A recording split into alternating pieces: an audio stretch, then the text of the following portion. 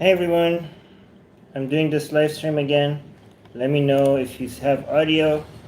While I wait for people to join in, let me just remind you guys. Well, first of all, post your questions or whatever you want to talk about so I can respond to that.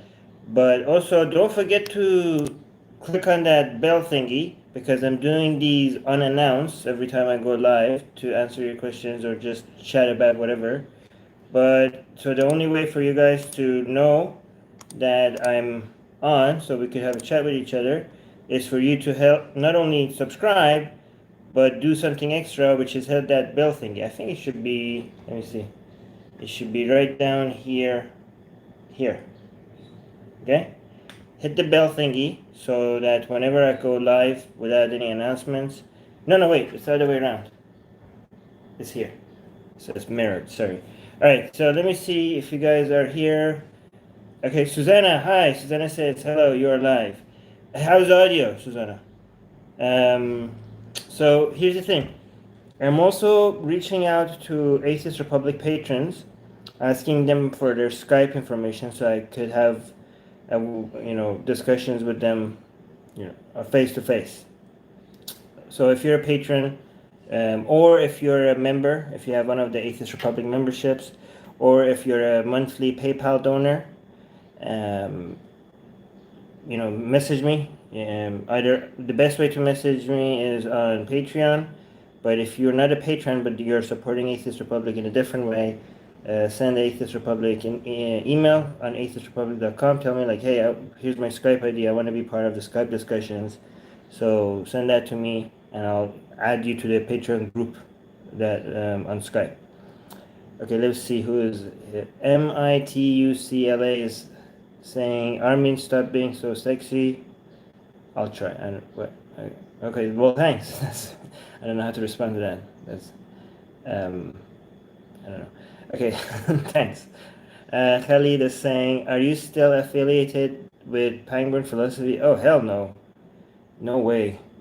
And I can't believe some people are still working with them after everything you've done.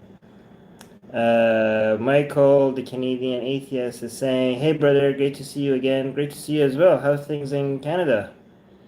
I heard Vancouver is on lockdown at least. What about the rest of Canada? Is worse than is Canada is worse than here where I am? Maybe I don't know why Philippines the coronavirus has not been spreading that much. Anyway, send me more questions. Toronto is getting hectic. Okay. I really hope that they keep doing this so that it gets done and over with sooner. Like, I know that a lot of people say it's an overreaction, but I hope they overreact. I hope whatever they do ends up being an overreaction rather than an underreaction so that we could get it done with already. Susanna saying, Atheist, what do you like to watch when you need a good laugh? Ah, that's a good question. Oh, don't ask me that. That's gonna be so. This is my guilty pleasure. It's so lame. Do you really want me to answer that? People are gonna. Okay, so this YouTuber I watch, she's one of the funniest. Okay, she's really really funny. I like her a lot. But it's my guilty pleasure. Her YouTube name is SS Sniper Wolf. Do you guys know who she is? I don't know. She's when I want to like something that is just fun and stupid and just laugh, I just watch that. Oh, I also like Cinnamon Toast Ken. There, he's funny as well. I like his channel as well. Michael is saying, say, yeah, I know her. That's hilarious. Okay, Michael, the Canadian atheist, saying, flatten the curve. Yes, exactly. Yes. Um, Overreaction. When I'm saying overreact, I only mean like the government. I don't want people should not overreact. People should just like wait. Do not do things that are not you're not being asked to do. If the officials, if legitimate sources are not telling you to do things, do not think like, well, I'm going to do it anyways because it might help. No, just follow the instructions that CDC or other official organizations are telling you. Just do those and not extra. So people shouldn't overreact. I think governments and institutions should overreact a bit just to end it earlier. Rather be safe than sorry. What's your favorite? Okay, yeah, I know her. Okay, yes. Susanna is asking, what's your favorite kind of music?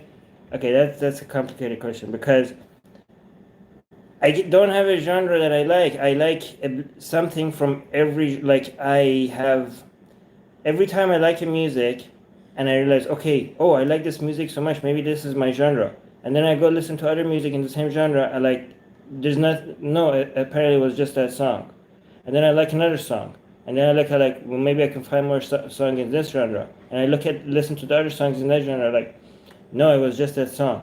So it seems like it's not any specific genre of music that I like. It's just a couple of songs from here, a couple of songs from there. It's just those specific songs. I could tell you that I do like songs with a story behind them or with a historical significance, and I like learning about those stories once I hear the song. That's usually interesting to me. I know that I don't like country, and I know that I don't like metal, and I know a lot of you are gonna hate me for that, but I don't like metal. But it's just my taste. I mean, I enjoy the memes of, and I enjoy the people who like metal because they're very passionate about it, and they have like, they seem to be a nice, close community of people. The people that enjoy metal and they recognize each other and they celebrate each other. I like that aspect of it, but I just don't like the songs. Michael is saying, did you have fallout with Matt Dillahunty, David Silverman? He unfriended me for having him on the podcast. Yeah, Matt Dillahunty blocked me on Facebook as well, which is very sad because he's one of my heroes. Yeah, but I still like him, even though he blocked me. I still see him as one of my heroes. It's sad that he blocked me. But going back, would I still interview David Silverman again? Yes, definitely. I mean, I'm not going to not do something just because somebody I admire a lot is against it. Even though it's a major loss, to lose a friend like that, I have to do what I have to do. So somebody that I can't pronounce the name because it's Russian alphabet is saying the pedestrian was more dead than right. I don't know why did he block you? He blocked me because I platformed David Silverman. I don't know if you guys know the story behind David Silverman and Matt Dillahunty. I assume most people know. I don't know if you want to get into that. That's too much. I don't know. If you want to get into it, I'll get into almost anything you guys want to talk about in the next. How long have we been here? 20 minutes. We'll talk. Please, Khalid is saying, please tell. Oh my God. All right. Soha is here. Hi, Armin. How are you? I'm good. Okay, so I'm gonna just give you a quick version of it. You guys could go look deeper into it. So, David Silverman was, I don't know, the president of American Atheists. He was let go because of sexual abuse, sexual misconduct allegations, which I found and other people found that there was very little evidence for. And when David lost his job, David lost his contacts, David Silverman lost his friends. And when he came back, I interviewed him for him to give him his side. If you guys want to see that interview, just go watch David Silverman, Armin Navabi, search for that. And it's a video on Atheist Republic. You could watch it. And he tells us his side of the story. But one of the main women that he was accused of sexual misconduct against was Matt Dillahunty's ex-wife. And Matt Dillahunty believes his ex-wife and was against anybody that would give David Silverman a platform or interview him or befriend him or anything like that. and I was one of the first people that did that. So he first unfriended me, and I said I'm sorry that you didn't like it, and blah blah blah. And I think I told him that I still see him as a hero and stuff. But then after that, he unblocked. He blocked me completely. Anyways, that's I don't. I don't. I still like. I still love Matt Delante. Um, I mean, he's one of the first people that, um, one of the main people that we listened to growing up as atheists, right?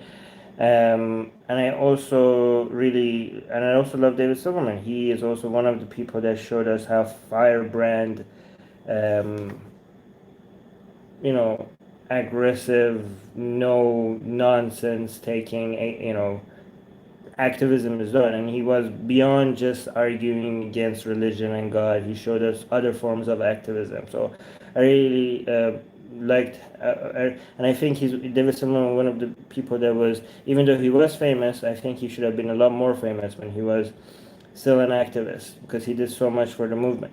So, and I think him being kicked out of the atheist community was so unfair. But I do acknowledge that, when it comes to people you love, and when it comes to people that you care for, you can't expect everybody to see things objectively. I mean, I don't know, maybe Matt is being right, objective, and I'm being emotional, and I don't, maybe I'm wrong. But um, it's hard, like, people could have disagreements with each other without hating each other until it's about somebody they love or care about, right? And that point, then disagreements are not just disagreements anymore. So I understand that, I'm not like saying like, oh, my Dylan, why are you blocking me instead of just accepting this disagreement. I don't know if maybe I would have done the same thing if it was about, if I thought somebody is betraying somebody I love. I don't, so I don't, it's just an unfortunate thing that happened. I still would, David Silverman is still my friend, and Matt Delahunty would be my friend if he would have me. Like, I don't see, I think he was my friend before, not anymore, but I mean, if he,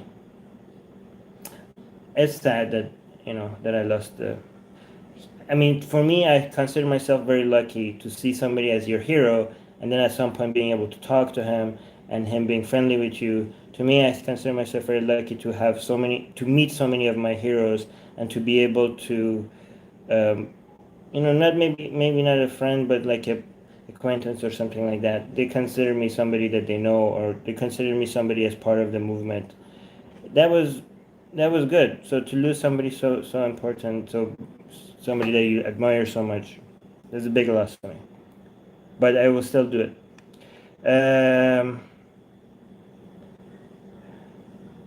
Okay, Marcus is saying, dear Armin, what is something that the media is not talking about, which you think should get a mention? I know there is too much to mention. Well, right now with coronavirus, there's so many things that are not being mentioned. So many things that are not being mentioned. I mean, they are being mentioned, but they're not getting that much coverage, right? So, like, the Israeli elections, the situation in India with the Muslims, what happens after the riot, are the people seeing justice or not? The Yemen situation is still, people are still dying and suffering in Yemen. People are not talking about that. The Saudis' oil price war with Russia, and that's, the the end of Saudi government is coming closer and closer. I don't honestly know if the Saudi government could survive after 2030 with these oil prices. I don't know. Some economic experts, please tell me. The situation in Turkey. I mean, these things, obviously you could find media coverage of these. It's just not getting enough coverage. The refugees leaving Turkey right now for Europe. That's another wave that's happening. Not many people are talking about that. So there's a lot. I don't know which one you want to talk about, but there's a lot. What else? And again, I'm not saying it's not getting any coverage. It's just like everything is now under the shadow of Corona. Let me see. Did I miss? What did I miss? Nobody cares. Okay. Susanna saying, I think you did the right thing by talking to Silverman. Talking to the accused is not the same as perpetuating harm. Thank you, Susanna. Terminator 2020 T2020 is saying, can I participate with you in live? Well, I'm gonna have Skype discussions, maybe live, maybe not live, with our patrons at some point. Soon. We already made a group chat on Skype for it. Susanna is there. So I'm not gonna have time for any. It's just gonna be for our patrons and our members and our PayPal contributors, because I need to have some limitations on how I use my time, right? And I need to value, like, people who are supporting us. And there's not that many ways I can thank them.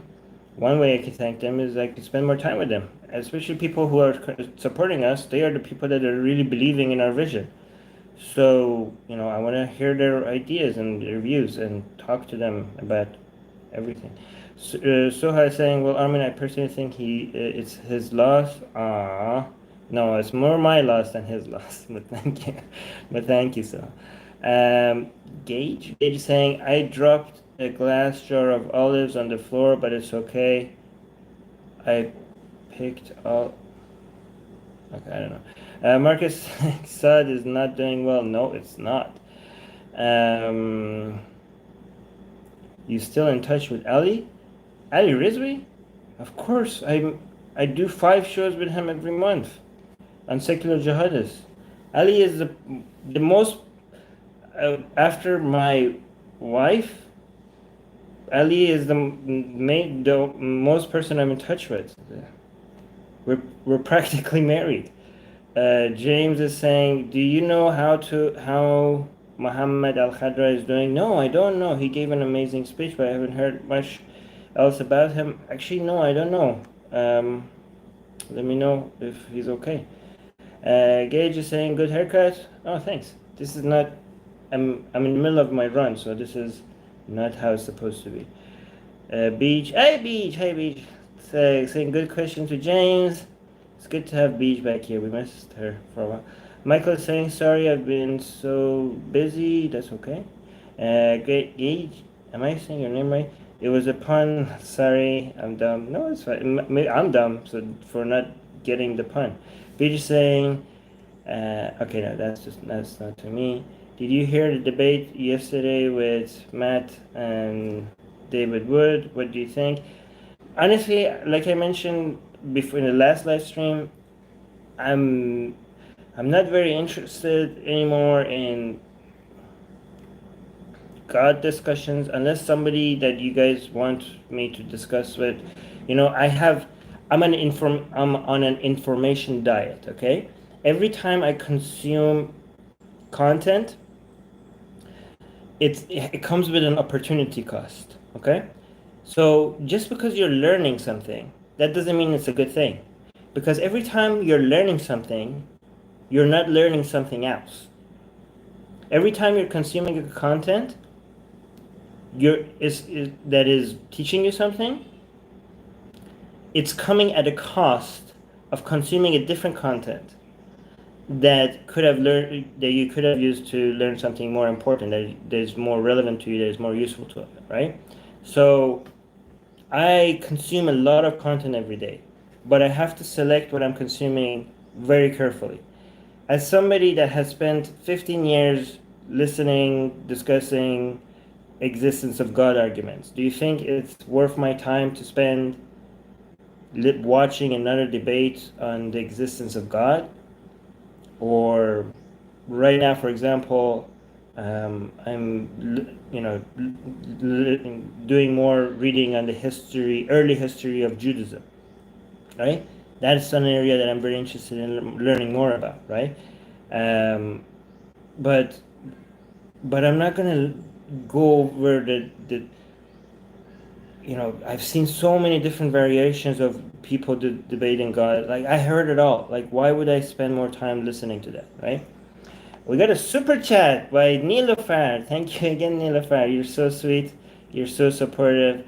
Nilofar super chat saying support for Yar. Be safe, Armin, and your family. Ah, thank you, Nilofar. That's very sweet. Terminator T 2020 saying thank you, dear, for the reply. I just wanted to show with you to say hello to you. I love you all. Oh, we love you back. Gage is saying you said my name right. I did. That's surprising. I never get these right. That's okay. Okay, English is saying hi. Hope you are all doing well and that you are enjoying good health. Yes. Don't forget to wash your hands. Don't go to large gatherings if you can't. If you can, avoid them. What else? Do the main things. Again, I'm not a health expert, so go do your own research. But this is my understanding. Do the main things that is always good for your health, not just now, which is the, you know, these are the main things that have has always worked based on what I understand. Go do your own research. Drink a lot of water. Sleep a lot. Eat lots of vegetables. These are surprisingly simple things, right? What else is there? Move more. Okay, exercise preferably.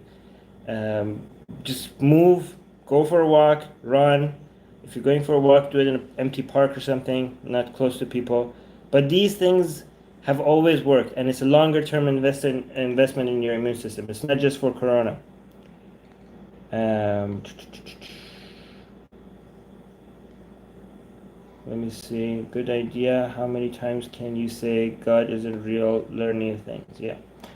And again, I wrote the book Why There Is No God, so I don't have to argue this over and over again. It was mostly for selfish reasons that I don't have to repeat them. I was like, here's the 20 most common ones. Here's my book. Now, let's have a different discussion. James is saying very true about opportunity cost. One of the only good reasons to learn about fairy tales about religions and religious philosophy is if doing so will if doing so will manage to convince other people not to spend their time. Well, I'm trying to learn about other aspects of religion, not necessarily to disprove them. I just think that human behavior and history and myth, right? Like once I'm satisfied with my studies and Judaism, Christianity, Islam, I think I'm done. Maybe Hinduism, Buddhism a little bit more, but I'm then gonna go spend more time on other mythologies, Greek mythology, Egyptian mythology, Mayan mythology. I just think it's really, with bacteria or plants or animals, there's a lot of things that you could learn, and in a lab, you could do tests, you could do A/B analysis, you could add a factor, remove a factor. You can't do these things with society, right? You can't. There's no lab. They're like, oh, let's add Islam and see what happens, and now let's add Islam and remove Christianity, or let's run communism in this country and that country and change these factors and just see how it runs out. There's no lab that you could do that in. The closest way you could get to that is history. Studying history is basically the only way of doing A/B analysis. It's not perfect. It's really, you can't control the factors. You have to deal with what you get, but it's the closest way to get to it. And also with human behavior and the human mind, I think looking at the myth that they created, the stories that they wrote, says more about. So religion doesn't teach you learn studying religion doesn't teach you anything about reality when it comes to the claims that religion makes, right? The claims that religion makes doesn't teach you anything about the nature of reality. But the claims that religion makes does teach you a lot about the nature of the human mind, right? So if myths say like, oh, I don't know, Zeus created this way, that doesn't really teach you about how those things were created at all, okay? But it does teach you about the people that came up with that story. Does that make sense? Anyways.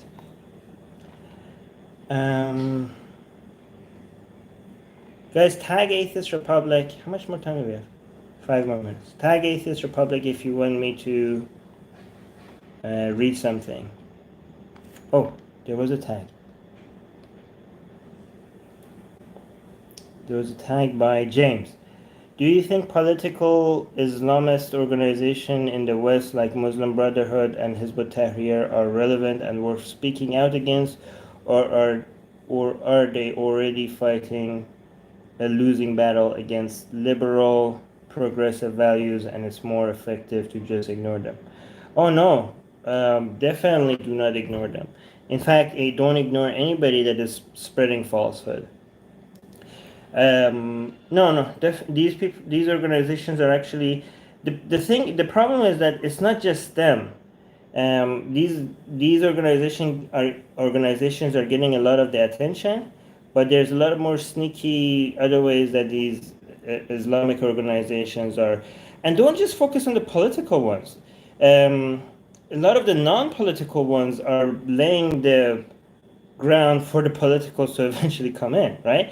The way, for example, if you have, let's say, a religion and you want to use it for political means, and you want to go to a country, let's say you're a country where you're a theocracy, and there's a secular country that you want to have some influence in using your religious ideology. And in this secular country, there's already some people that believe in your religion, right? In your country, you use it for political means, but in the secular country that you want to have some influence in it, you don't just go in right away and be like, hey, let's spread the you don't use the political weapon right away, right? You just go and say like, hey, let's find people that already believe in this religion, let's get them together, let's organize them, let's have some religious gatherings, and nobody could deny you that right, because it's just religious freedom and all that, right?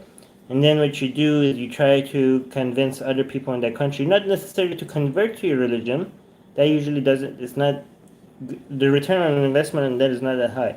But at least to get people to accept your religion as a peaceful, lovey-dovey, and people in the member of that religion as good people. And then you start doing victimhood stuff, and you also try to get representation. You're like, oh, you try to turn them into a voting bloc. You try to make them like, oh, the members of this group, they're not having their voices heard. You try to see which politicians are going to be pandering to you. And then at some point you're going to make it political, but you don't come in right away with political. These are the Hizb ut-Tahrir and all those other organizations. They've been there for a long time, so they're already in this second, third, level. They're already political, so they're on everyone's radar. But you don't just focus on them. You have to focus on anybody that comes in with spreading nonsense and superstition. You have to fight it, right? Even if they're never going to be political, right? If somebody is coming and spreading belief in like homeopathy, okay, that's never gonna. Well, no. Some people would argue that doesn't get political, which we might get because again, they tax, benefits in some countries. But people don't consider that like political stuff like that, But it is dangerous, right? If I advocate for fighting people that are supporting homeopathy, or people who are supporting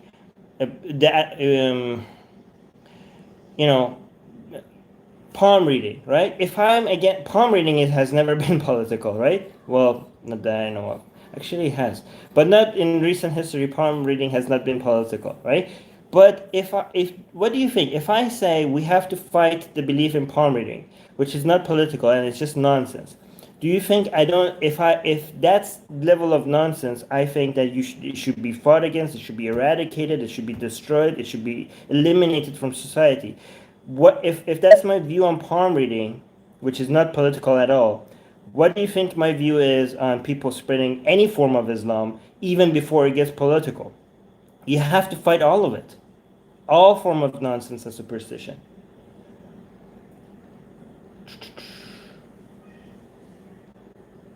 Okay, so Tarl STSS is saying, do you think that Muslims can be integrated in Western countries by having a proper education?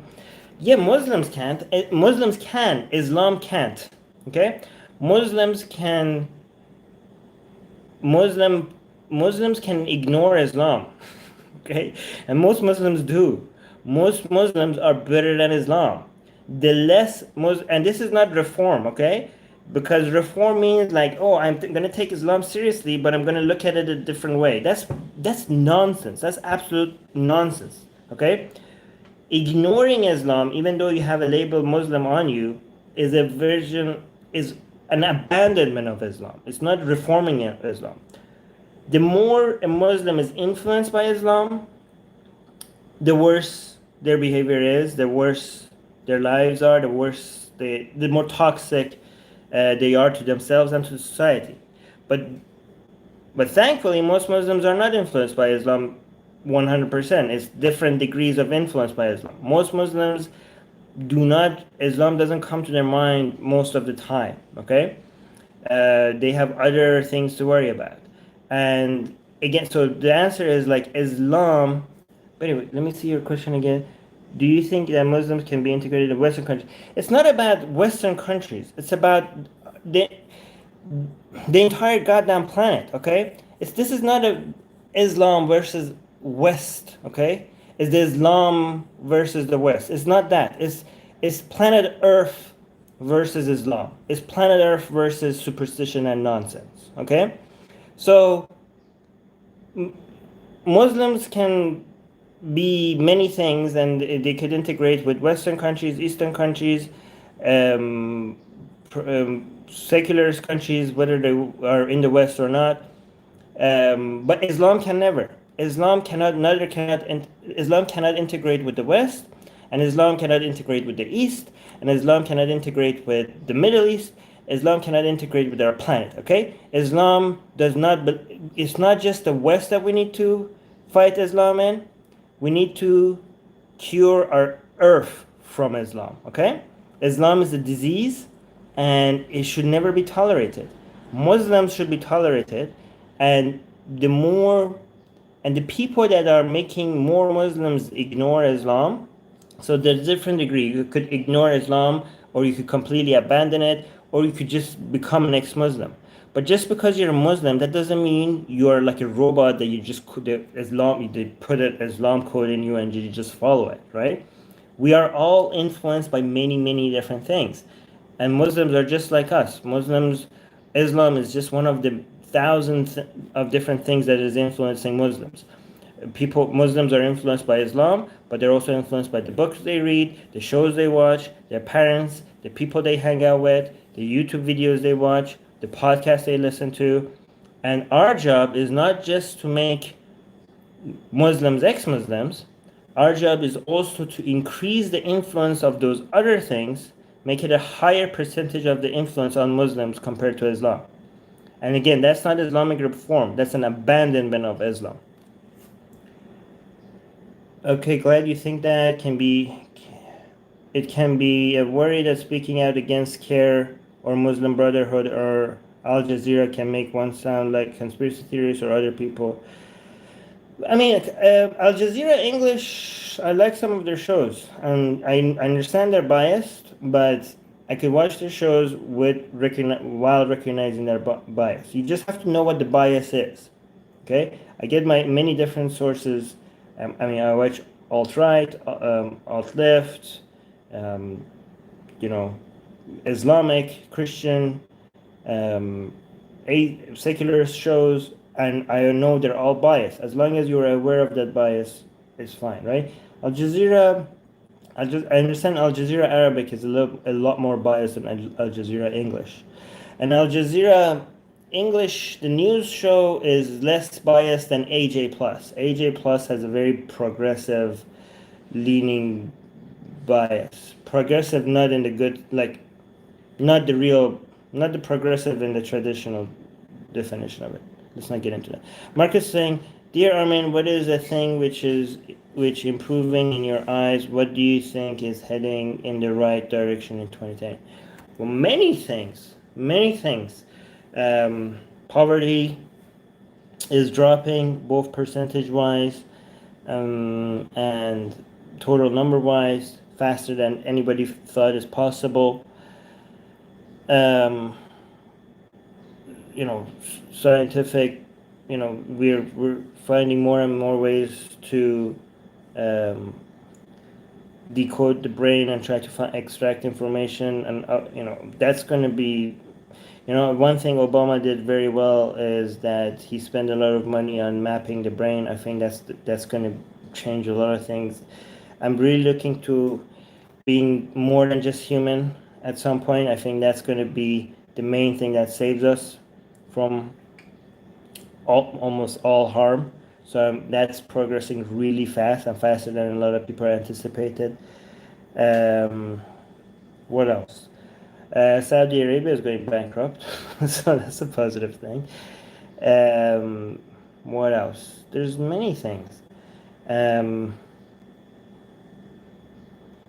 mean, if you look at short-term news items, it seems like the world is going to hell.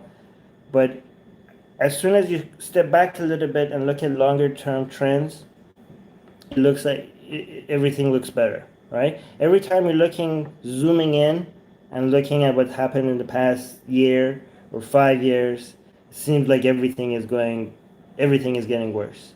But then once you step back and look at what's happening in the past 50 years, you're like, okay, everything is getting better, right? Almost every metric you touch on, except global warming, almost every other metric you touch on seems like we're doing much better. And I think with global warming, we're gonna solve that as well. We're gonna find like some technology that's just gonna, at some point, I'm hoping, we're gonna find a bacteria that's just gonna eat all the plastic. We're gonna find like cheaper sources of energy that's just gonna be like, I think like as every time we thought like humanity is like, oh my God, this is it, we're done. There was some way we figured it out, and everything, got. I'm not saying we should just like sit.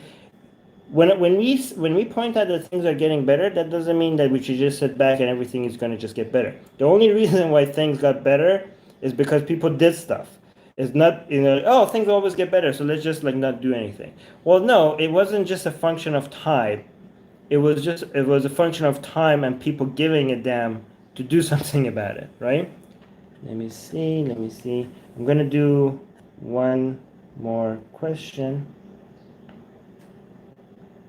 Yeah, Susanna is saying age of prices is regressive trash. Yes. So by progressive, I don't mean actual progressive. I mean we're progressive. By progressive, I mean people that call themselves progressive, but they're actually regressive. AJ Plus is really bad, but even they sometimes produce something that is interesting and worth watching. But you can tell there's a huge bias. If you're aware of the bias, you could learn from every content, every source of news. All right, so Boogie Monster Mom is saying, okay, this is the last one I'm going to read. She's saying media has also programmed us to look at the negative as well. No, I don't think so. I don't think it's the media that has programmed us to look at the negative. I think that's our we're genetically like that. I think that we're coded like that in our brain. The media covers negative news not because they have an agenda to make things look worse. The media does that because we are more interested in negative news and they're just trying to get more viewers. So it's really not on them, it's more on us. I mean, imagine if every time you turn on the news and you're like, here's good news. Here's another thing that happened today that was completely calm and nothing specific. Here's like a grandma cooking, uh, chocolate cookies, and no war is happening here. People will switch the channel, right? And they're gonna the news organization is gonna go bankrupt. So, um, you know, they want to survive. They want to make profits. They want to make sure they have the views, and we are more interested in negative news, and they will show us that. So it's not really their. Why would they have an agenda to change? Their agenda is only profits, unless they are political news organization like Al Jazeera or TRT or Press TV from Iran or Voice of America. Um, you know, yeah, they are not just profit driven. They are funded by some governments because they have political motivation. And if you're aware of those motivations, you could still consume their content while adjusting your views based on adjusting. You when you hear something from when I consume TRT. TRT is funded by Turkey. Okay, I know they're biased for Turkey and they make it so obvious. Or RT, like RT is like from Russia, but I still consume their content while I'm trying to be aware of that. But other than these organizations, other organizations like CNN, for example, or even Fox News. Fox News seems like, oh, they're politically motivated to be conservative. No, they're mostly, if they're not funded by government, they're financially motivated. Okay, they just saw a gap in the market and are taking advantage of it. They just want to gain the highest amount of viewers, right? Fox News, if all of a sudden some data scientists show them like, look, if you move a little bit to the left, you're gonna make more money, they're gonna move more to the left. Okay, why do you think they keep having Bernie Sanders on? Okay, it's not. They're not gonna just stay like ideologically stay on the right, because if it's not in their financial interest. When they originally started that, there was a huge gap. So that's in the right in conservatives, there was no news outlet that was catering to them, so they took advantage of that. But they will move. They don't have an ideological allegiance. Their only allegiance is to their bottom line. Um, yeah. So if political motivations for media usually only comes from media that is sponsored by a government. So I was saying, okay, two more questions and then this is last. I know I keep saying that. It's been 40 minutes. I usually try to keep these at half an hour. It's just too much fun to hang out with you guys. So I was saying, would like to have you as our guest. I don't, in our channel, when can you do that? I don't know if I can. I'm really trying to limit my time, or like, every, I have a very limited time. I'm trying to create more content, and I'm finding it like I'm trying to do more of these things if I have any free time, um, and it's really hard to manage my time for other things. Maybe I'll see. I don't know if I can. I'm sorry. Thanks for the live stream, Armin. This is the most socializations I've gotten all day because my whole city is on shelter in place, shelter in place order. Yeah, well, thank you as well. This is my social life as well, by the way. I don't go out. I don't go like, not just because of this corona. This is my social life. All you guys are the only people I hang out with for fun. James saying thanks for all your work. Okay, thank you so much. Ahmed gave us a super chat. Thank you, Ahmed, as a $2 super chat saying love you. Can you answer my question? Where was your question? Ahmed. Okay, Ahmed's question will be the last question. Ahmed, can you read? Oh, here's Ahmed's question. How do you feel about Trump's day of prayer for coronavirus? How do you think I feel? How do you think I feel? I mean, it's ridiculous. It's insane. Of course. I mean, I don't know what else to say. Like, really? I mean, it's actually it's good. It gives us something to talk about. I don't know. I don't know what else to say. Okay, it's just ridiculous. It's just absolutely ridiculous. Um, Yeah. So I was saying we love you. Thank you, Soha. But honestly, what do you guys? What else is there to say on top of that? Prayer for Corona? Like we're atheists, we think praying it for stuff is ridiculous. It doesn't do anything, and it actually is harmful because people that might have helped in some other way, people. Okay, here I have some. Here's my hot take. Okay, this is the last thing I'm going to say. I promise. We Another thing that we're coded to want genetically because we are social animals. And as social animals, the way we try to belong into a tribe and to signal to other members of our tribe that we deserve to be here is by being helpful, being cooperative, feeling useful, right? We want to help each other. It's one of the desires that we have to feel like we mean something to others, okay? That other people care for us, and we try to get that desire satisfied by helping others and by being loved and cared and having other care for us, right? And without prayer, you only could satisfy that desire by actually doing something, right? Like maybe you go donate.